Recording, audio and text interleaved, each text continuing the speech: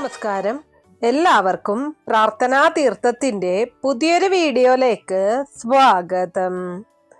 1201 ആണ്ട് പുതുവർഷം പിറന്നു കഴിഞ്ഞു. ചിങ്ങമാസത്തോടുകൂടി നമ്മൾ പുതിയൊരു വർഷത്തിലേക്ക് കാലെടുത്ത് വെച്ചിരിക്കുകയാണ്.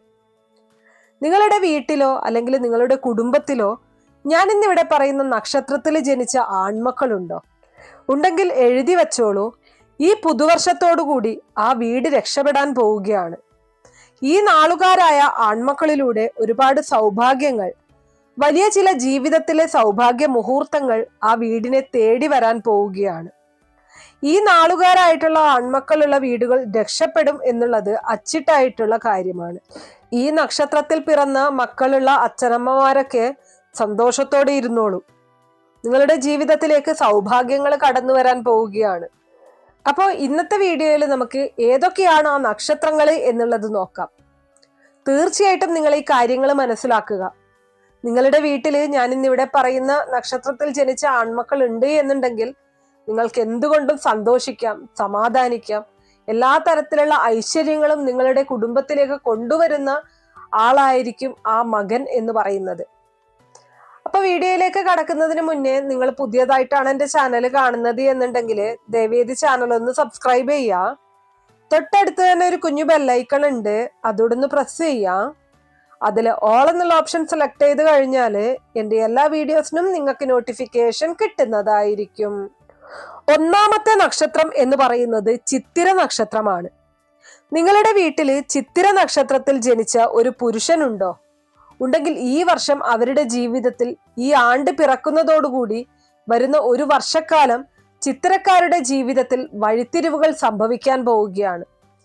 ചിത്തിര നക്ഷത്രക്കാരുടെ ജീവിതം, പ്രത്യേകിച്ചും പുരുഷന്മാരുടെ ജീവിതം എടുത്തു നോക്കിക്കഴിഞ്ഞാൽ നിങ്ങൾക്ക് മനസ്സിലാവും, ഒരുപാട് രീതിയിലുള്ള തടസ്സങ്ങളും മന്ദതയുമൊക്കെ ഇവരുടെ ജീവിതത്തിൽ കാണാനായിട്ട് സാധിക്കും. പല കാര്യങ്ങൾക്കും ഇവർക്ക് ജീവിതത്തിൽ വിജയം കിട്ടാത്ത ഒരു അവസ്ഥ, പല കാര്യങ്ങളും കഠിനമായിട്ട് പരിശ്രമിച്ചിട്ടും ആ പരിശ്രമങ്ങളൊന്നും ഫലം കാണാത്ത ഒരവസ്ഥ, ഇങ്ങനെയൊക്കെയുള്ളത് മൊത്തത്തിൽ നമുക്ക് കാണാനായിട്ട് സാധിക്കും. എന്നാൽ ഈ ചിങ്ങം പിറന്നതോടുകൂടി ചിത്തിരക്കാരുടെ തലവര തെളിയുവാൻ പോവുകയാണ്.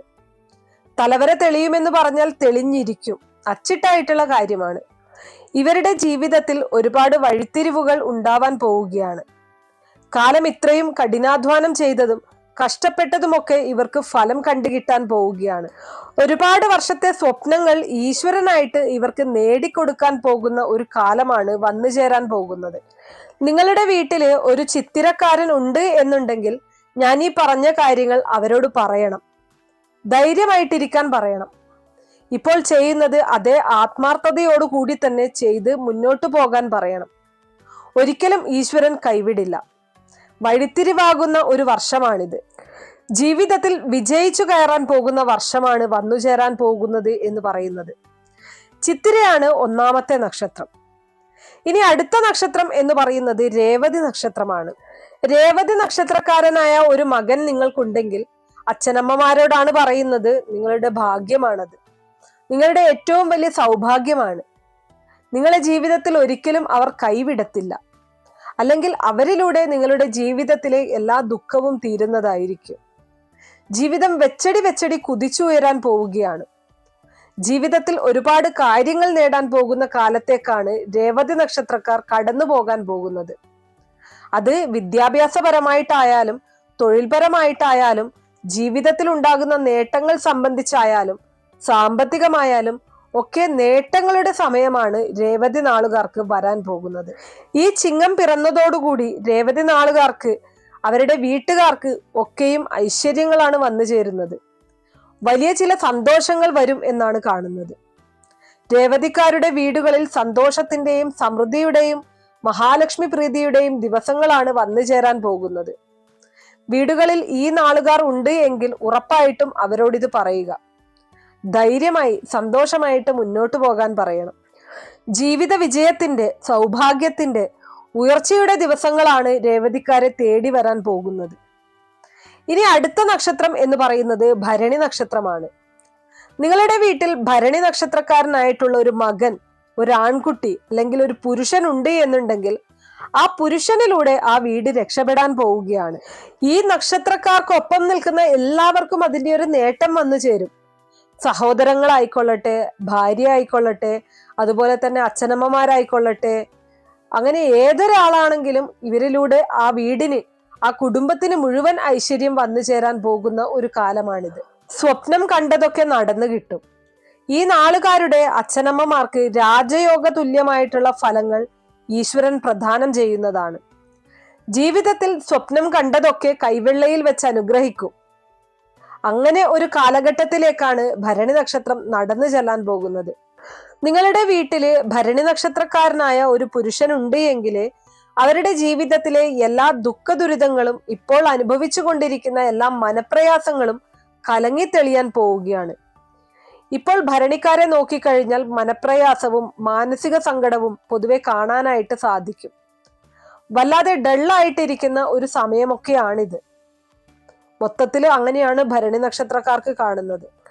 അതൊക്കെയും തീർന്ന് ജീവിതത്തില് ഐശ്വര്യത്തിനും സമ്പത്തിനും സമൃദ്ധിക്കുമൊക്കെ പാത്രമാകാൻ പോകുന്ന ദിവസങ്ങളാണ് വന്നു ചേരാൻ പോകുന്നത്.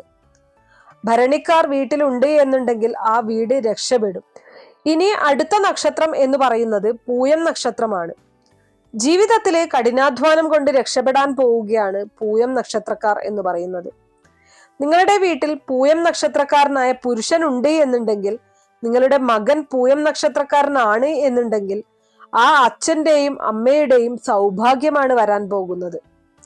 ജീവിതത്തിൽ വഴിത്തിരിവുകൾ, ഒരുപാട് മുഹൂർത്തങ്ങൾ വരും. ഒരുപാട് നേട്ടങ്ങൾ, സാമ്പത്തിക ഉയർച്ചകൾ, പുണ്യപരമായിട്ടുള്ള ഒരുപാട് പ്രവൃത്തികൾ, ഇങ്ങനെയുള്ളതിലൊക്കെ ഏർപ്പെടാനായിട്ടുള്ള ഒരു അവസരം വന്നു ചേരും എന്നുള്ളതാണ്. അവരിലേക്ക് എല്ലാ തരത്തിലുള്ള ഈശ്വര ചൈതന്യവും ഉണ്ടാകും. ഏതൊരു കാര്യത്തിനായിട്ട് ഇറങ്ങി പുറപ്പെട്ടാലും അതെല്ലാം ഇവർക്ക് വശ്യമായി തീരും എന്നുള്ളതാണ്. എന്താണ് വശ്യമായി തീരുക എന്ന് പറഞ്ഞാല്, ഏത് കാര്യത്തിൽ ചെന്ന് പെട്ടാലും ഈശ്വരൻ സഹായിച്ച് അതെല്ലാം മംഗളമായിട്ട് ഭവിക്കും, അല്ലെങ്കിൽ അവർക്ക് അനുകൂലമായിട്ടുള്ള രീതിയിൽ വന്നു ചേരും എന്നുള്ളതാണ്. ഇനി അടുത്തത് 5ാമത്തെ നക്ഷത്രം എന്ന് പറയുന്നത് പൂരുരുട്ടാതി നക്ഷത്രമാണ്. പൂരുരുട്ടാതി നക്ഷത്രക്കാർ ഇപ്പോൾ കടന്നുപോയിക്കൊണ്ടിരിക്കുന്നത് വല്ലാത്ത ഒരു അവസ്ഥയിലൂടെയാണ്. ജീവിതത്തിലെ ഒന്ന് തിരിഞ്ഞു നോക്കുമ്പോൾ നല്ലതുണ്ടായിട്ടുണ്ടോ എന്ന് ചോദിച്ചാൽ നല്ലതുണ്ടായിട്ടുണ്ട്. എന്നാൽ അതുപോലെ തന്നെ ദോഷമുള്ള ഒരു നക്ഷത്രമാണ് പൂരുരുട്ടാതി. ഒന്ന് ചിരിച്ചു കഴിഞ്ഞാൽ അതിനേക്കാൾ വലിയ സങ്കടമായിരിക്കും പിന്നെ ഇവരുടെ ജീവിതത്തിൽ വന്നുകൊണ്ടിരിക്കുന്നത്. എന്നാൽ പൂരുരുട്ടാതിക്കാരനായിട്ടുള്ള ആൺകുട്ടികള്, പുരുഷന്മാർ മനസ്സിലാക്കുക, നിങ്ങളുടെ ജീവിതത്തിലെ ഈ കഷ്ടനഷ്ടങ്ങളൊക്കെ തീരാൻ പോവുകയാണ്. ജീവിതത്തിലെ സ്ഥായിയായി പുഞ്ചിരി നിങ്ങളുടെ മുഖത്ത് വിടരാൻ പോവുകയാണ്. വലിയ രീതിയിലുള്ള നേട്ടങ്ങളാണ് നിങ്ങളിലേക്ക് വന്നെടുക്കാൻ പോകുന്നത്. ജീവിതത്തിലുള്ള എല്ലാ സങ്കടങ്ങളും, എല്ലാ ദുഃഖങ്ങളും നിങ്ങളിൽ നിന്ന് അകന്നു പോകും. എപ്പോഴും സന്തോഷം അലയടിക്കുന്ന ജീവിതം. ജീവിതത്തിൽ സ്വപ്നം കണ്ട പലതും നേടാനുള്ള അവസ്ഥ, അല്ലെങ്കിൽ ധനപരമായിട്ടുള്ള പ്രശ്നങ്ങൾ കൊണ്ട് വലയുന്നവർക്ക് അതിൽ നിന്നൊക്കെയുള്ള ഒരു മോചനം, കുടുംബജീവിതത്തിൽ എല്ലാ തര ദോഷങ്ങളും നീങ്ങി ആഗ്രഹിച്ചതൊക്കെ നേടിയെടുക്കാൻ സാധിക്കുന്ന ഒരു സമയം.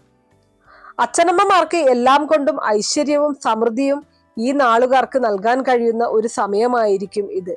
നിങ്ങളുടെ വീട്ടില് പൂരുരുട്ടാതി നക്ഷത്രക്കാരായിട്ടുള്ള ആൺമക്കൾ ഉണ്ട് എന്നുണ്ടെങ്കിൽ അവരോട് പറയണം, അവരുടെ ജീവിതത്തിൽ വഴിത്തിരിവാകാൻ പോകുന്ന പുതുവർഷമാണ് പിറന്നിരിക്കുന്നത്. ഇനി അടുത്ത നക്ഷത്രം എന്ന് പറയുന്നത് വിശാഖം നക്ഷത്രമാണ്. നിങ്ങളുടെ മകൻ വിശാഖം നക്ഷത്രക്കാരനാണോ? ആണെങ്കിൽ ആ വീടിന്റെ ഉയർച്ച ഇവിടെ ആരംഭിക്കുന്നതാണ്.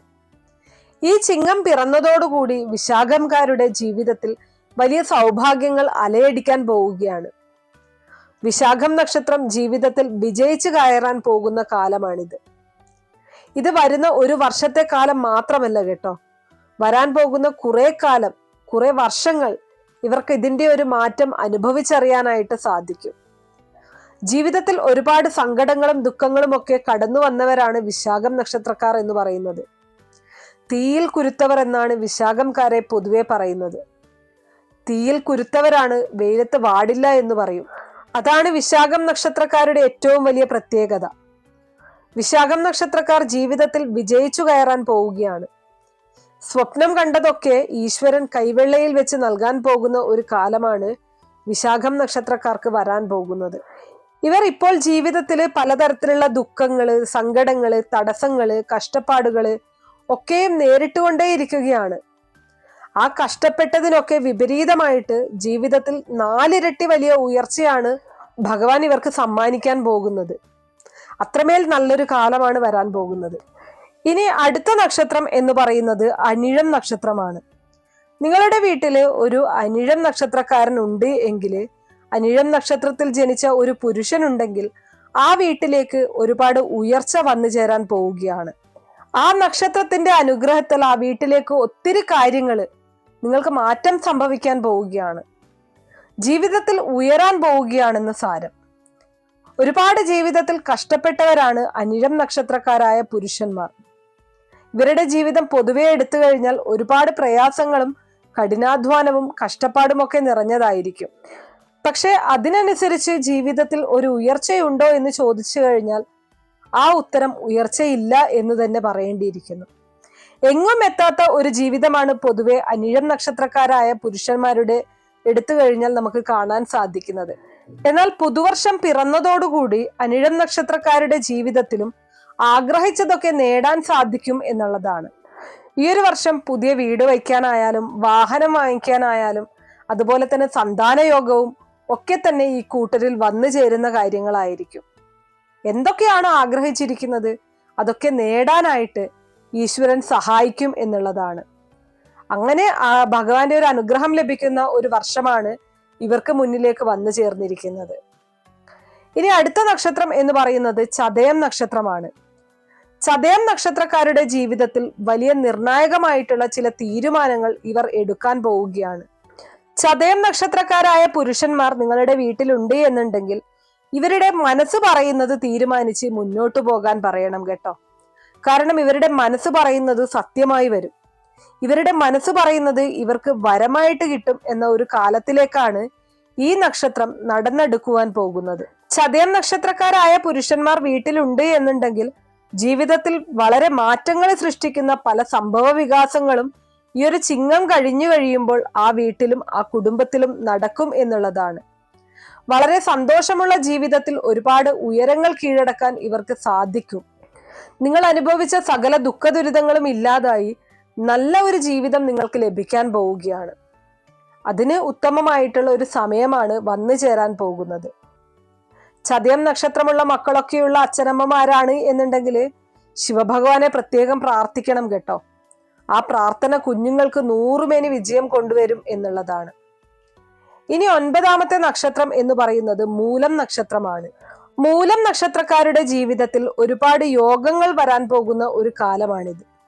എന്താണ് യോഗങ്ങൾ വരാൻ പോവുക എന്ന് പറയുന്നത്? പുരുഷ കേസരി യോഗം എന്നൊക്കെ കേട്ടിട്ടുണ്ടോ?